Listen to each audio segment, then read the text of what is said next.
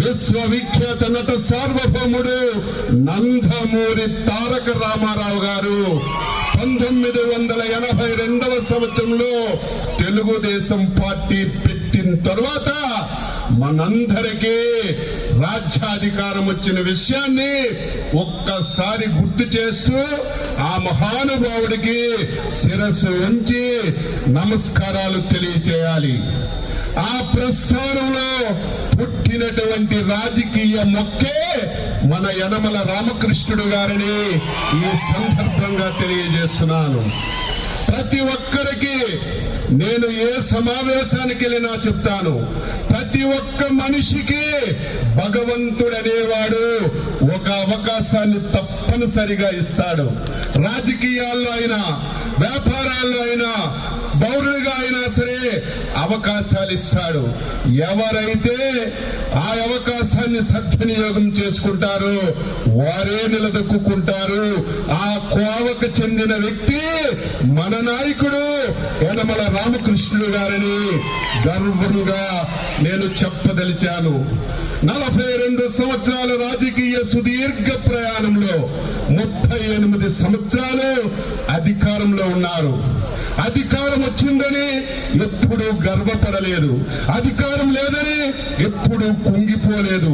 అధికారం ఉన్నా, అధికారం లేకపోయినా, పదవున్నా, పదవి లేకపోయినా పార్టీకి, నాయకుడికి సెల్యూట్ కొట్టుకుని 42 సంవత్సరాలు ఒకే రాజకీయ పార్టీ, ఒకే నాయకుడు నాయకత్వంలో పనిచేసినటువంటి 4-5 వ్యక్తుల్లో మన రామకృష్ణుడు గారు ఒకటి కావడం నేను గర్వంగా చెప్పదలిచాను.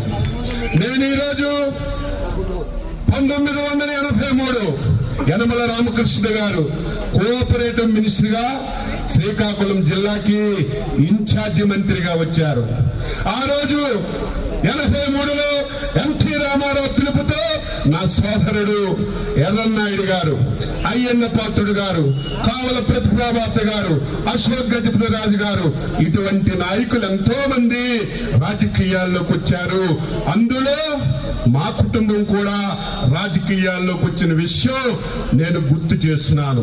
1983 కోఆపరేటివ్ మినిస్టర్ గా మా గ్రామానికి వచ్చారు, మా ఇంటికి వచ్చారు భోజనంకి.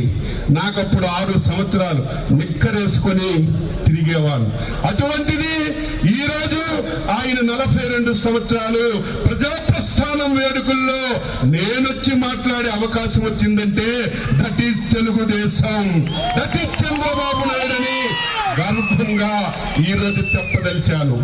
1996లో 25 సంవత్సరాల 5 రోజులకి శాసనసభ్యుడిని అయ్యాను. పెద్దగా చదువుకోలేదు, ఎమ్మెల్యే అయినంత వరకు మాటలు కూడా ఆడేవాడిని కాదు.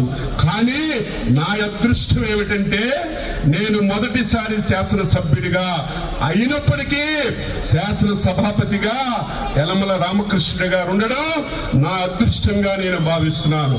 ఎప్పుడు ఆయన దగ్గరే ఉండేవాళ్ళు, ఆయన చేంబర్లే ఉండేవాళ్ళు, క్వశ్చన్ పేపర్ చదివేవాళ్ళు, మంత్రుల దగ్గరికి వెళ్లేవాళ్ళు.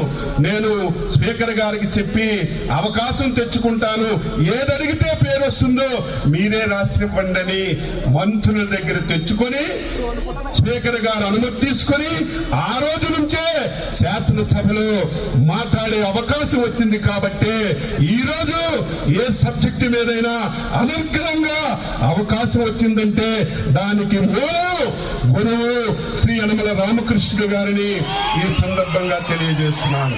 ఆ రోజు ఉడుకు రక్తం, ఆ రోజు క్రమశిక్షణతో ఉండాలని ఆ రోజే బీజం వేశాం.